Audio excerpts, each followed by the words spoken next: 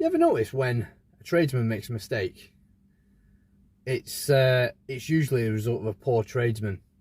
So riddle me this: how is it when a window cleaner who uses water-fed pole does a poor job, automatically it's the machine, it's the technique, it's the machine, it's the method at which they were cleaning which is wrong, rather than the actual guy that does it?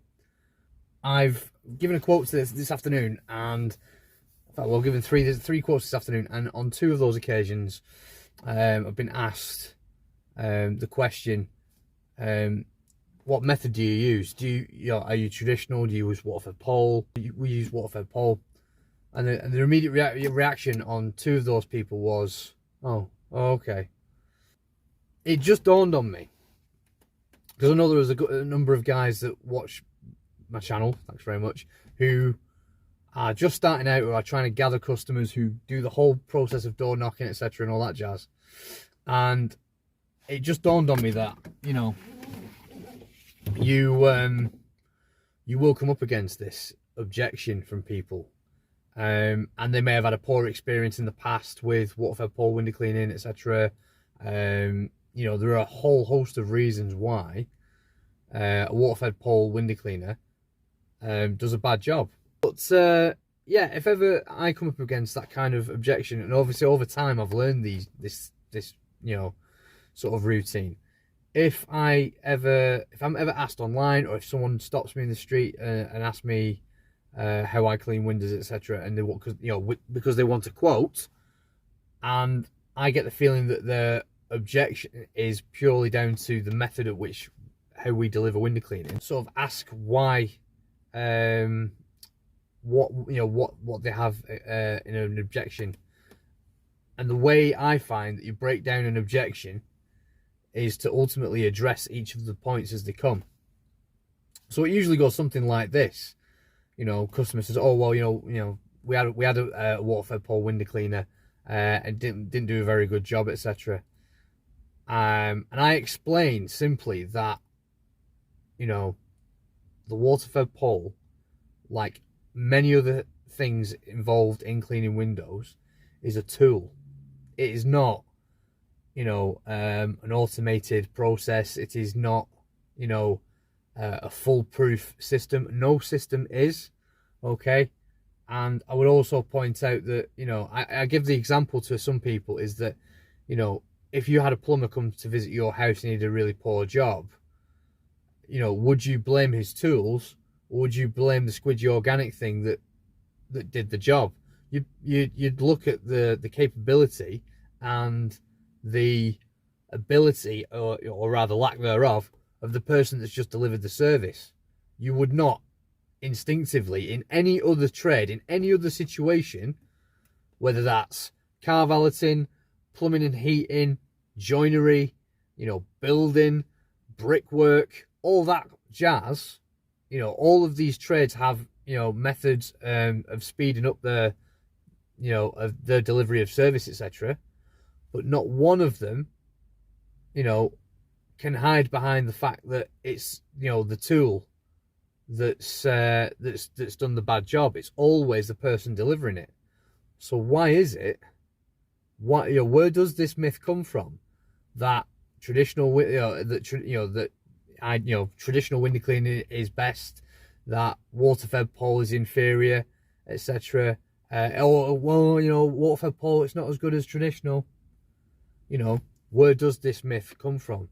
And I believe it comes from people that think that, it's a foolproof system, and all I've got to do is splash some water on some windows, give it a brush, etc., and disappear. And that, you could not be further from the truth if you tried. When it comes to sort of diffusing that situation, and I had it this afternoon with I've just come from a house that I've given a quote to, and the current window cleaner that they're using, they're not very happy with. As it just so happens, I actually know the company that that provides the service. And again, as I've mentioned in previous videos, it's not my mission is not to put other window cleaners down, and it is not to sort of make myself look good. Because again, you know, you don't make yourself look good by putting other people down, and it doesn't matter whether it's related to window cleaning, it's just life in general. No one ever comes off looking good by slagging off someone else. But you could see when I visited, and apparently the guy came yesterday, and you could see that there were grey marks and there were spots, etc. And it seemed to me that the water wasn't pure. You tend to find that, you know, you get, you know, your spots tend to appear when, you know, the filters might need changing. He's not been doing water checks, etc. He's not really ensured that the purity of his water, which is usually what results in spots. And I basically, I said to the lady, you know, it looks to me that, you know, the water purity is an issue with this here. Again, I'm not going to slag the guy off. You know, my mission is not to take, you know, food off other people's table. It's simply to sort of serve the customer and solve a problem. I said to her, you know, it's one of those, it's like any other job. It needs doing properly, and there is a method to it. And again, I've had discussions on the channel with people who seem to think that, and if it works for you, then all power to you, that seem to think that, you know, you don't need to rinse the glass. In my humble opinion, and it is only my humble opinion, I find that if you rinse the glass down, yes, use more water, but you rinse off all the dirt that's on that window. You know, again, guys that use rinse bars and all that sort of stuff, generally speaking, you know, the technique does vary. But there are clean windows and there are dirty windows. There are customers that are happy to pay for the service, and then there are customers that are not happy with the finish. So you have to ultimately deliver to the customer. So anyway, I've carried on giving the lady the quote, what have you, and I've just said to her, yeah, and as it happens, and I didn't know how much the other guy was charging, and as it happens, we charge the same price. So ultimately, the lady's going to have a word with her husband, discuss whether or not they want to change provider. We'll go from there. When you're knocking doors and you know, you're trying to pick customers up, and you will undoubtedly come across objections to water-fed pole. And instead of leave, you know, a lot of people, and I'm no different. I did exactly the same myself. Would have, you know, back in the day, I would give a quote and they said use water-fed pole, and I go, oh yeah, sort of thing. Do you do traditional? And I'm like, no, it's not something that we do. They would then say, oh, I'm not interested, you know, sort of thing. And I would go, all right, okay, well, have a good day, and walk off. In that situation, I would just ask them what their objection is.